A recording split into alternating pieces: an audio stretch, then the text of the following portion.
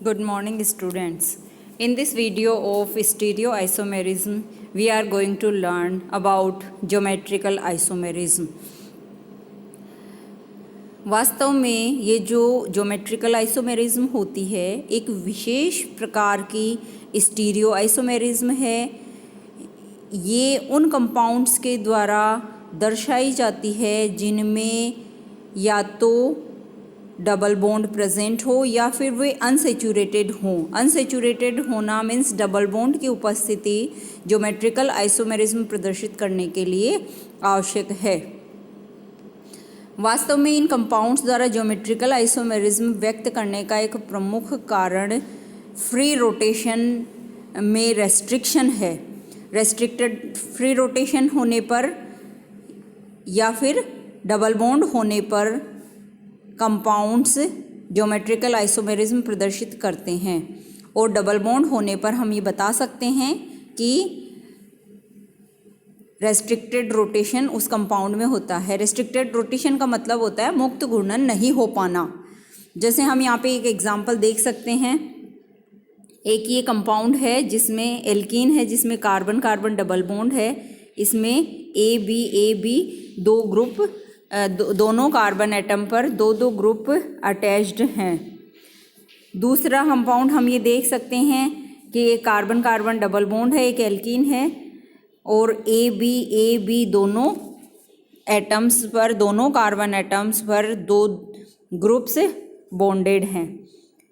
इन दोनों में हम ये देख सकते हैं कि जब कार्बन कार्बन डबल बॉन्ड के सेम साइड में सेम ग्रुप प्रेजेंट होते हैं तो उसे हम कहते हैं सिस आइसोमर, तथा कार्बन कार्बन डबल बॉन्ड के साइड में दोनों सेम ग्रुप सेम साइड में प्रेजेंट ना हो तो उन्हें हम ट्रांस आइसोमर कहते हैं।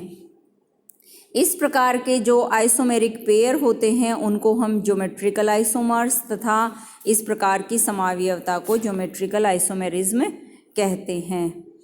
इसी तरह की ये सिस ट्रांस आइसोमेरिज्म के नाम से भी जानी जाती है। इसी तरह की ज्योमेट्रिकल आइसोमेरिज्म के कुछ और एग्जाम्पल हम देख सकते हैं। फॉर एग्जाम्पल देखिए, मैलेइक एसिड है, फ्यूमेरिक एसिड है। इनमें हम देख सकते हैं मैलेइक एसिड चूँकि सिस आइसोमर है और फ्यूमेरिक एसिड ट्रांस आइसोमर है, क्योंकि हम यहाँ देखें कार्बन कार्बन डबल बॉन्ड के सेम साइड में सेम ग्रुप बॉन्डेड है मैलेइक एसिड में, इसलिए मैलेइक एसिड क्या है, सिस आइसोमर है। फ्यूमेरिक एसिड में क्या होगा, दो सेम ग्रुप ऑपोजिट साइड में होंगे, इसलिए फ्यूमेरिक एसिड एक ट्रांस आइसोमर होगा।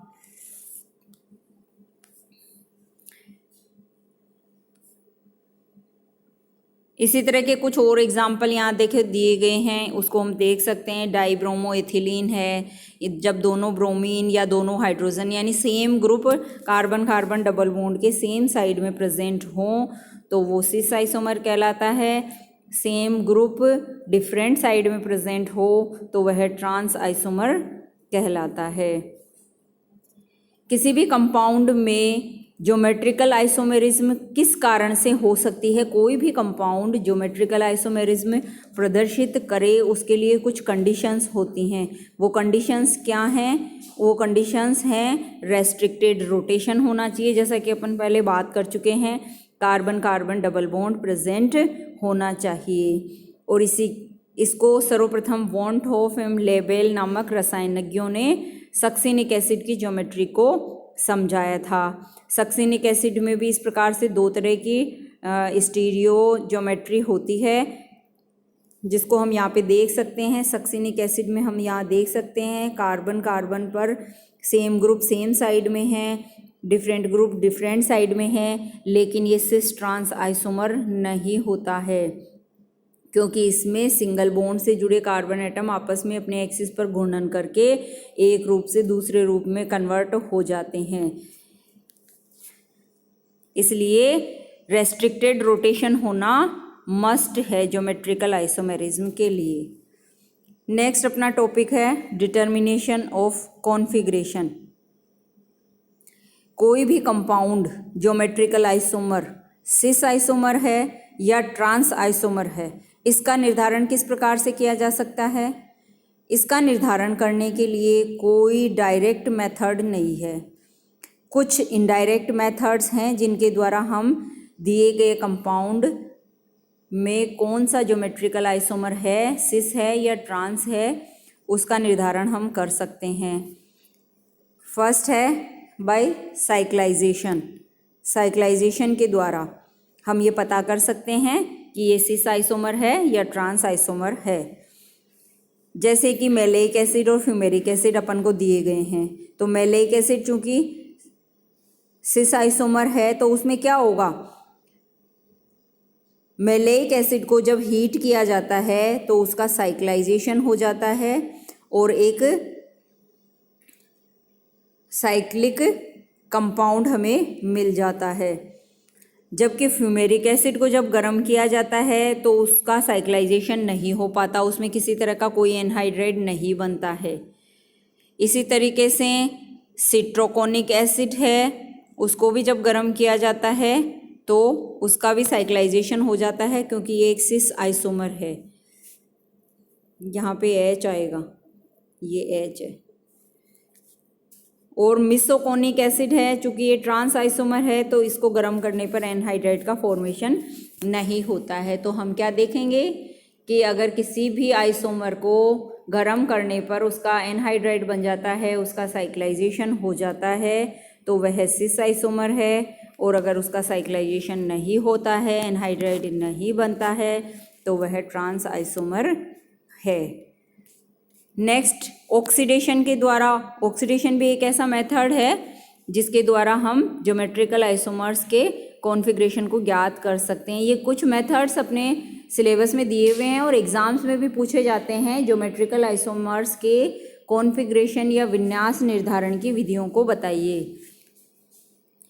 ऑक्सीडेशन कैसे करेंगे, देखिए मैलेइक एसिड को जब KMnO4 से ऑक्सीडाइज किया जाता है तो वह मीसो टार्ट्रिक एसिड में कन्वर्ट हो जाता है। और अगर फ्यूमेरिक एसिड को, क्योंकि ये सिस है तो वो मीसो में कन्वर्ट हो जाता है, लेकिन अगर हम फ्यूमेरिक एसिड को ऑक्सीडेशन करें KMnO4 के साथ तो हमें एक रेसिमिक मिक्सचर प्राप्त होता है। तो बने हुए प्रोडक्ट के आधार पर, उसके एनालिसिस के आधार पर हम ये पता करेंगे कि यह सिस से बना है या ट्रांस आइसोमर से बना है। कुछ फिजिकल मेथड्स के द्वारा भी हम क्या कर सकते हैं, ज्योमेट्रिकल आइसोमर्स के कॉन्फ़िगरेशन का पता लगा सकते हैं।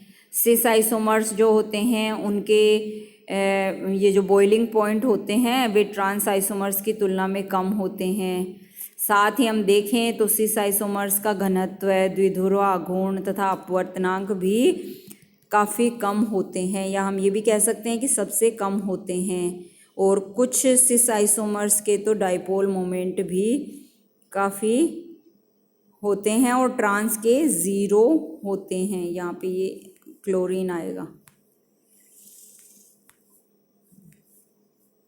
यहाँ पे क्लोरीन होगा, ये सिस आइसोमर है। नेक्स्ट वीडियो में हम ज्योमेट्रिकल आइसोमर्स के नामकरण की एक जो EZ सिस्टम दिया गया है उसके बारे में डिस्कस करेंगे। Thank you.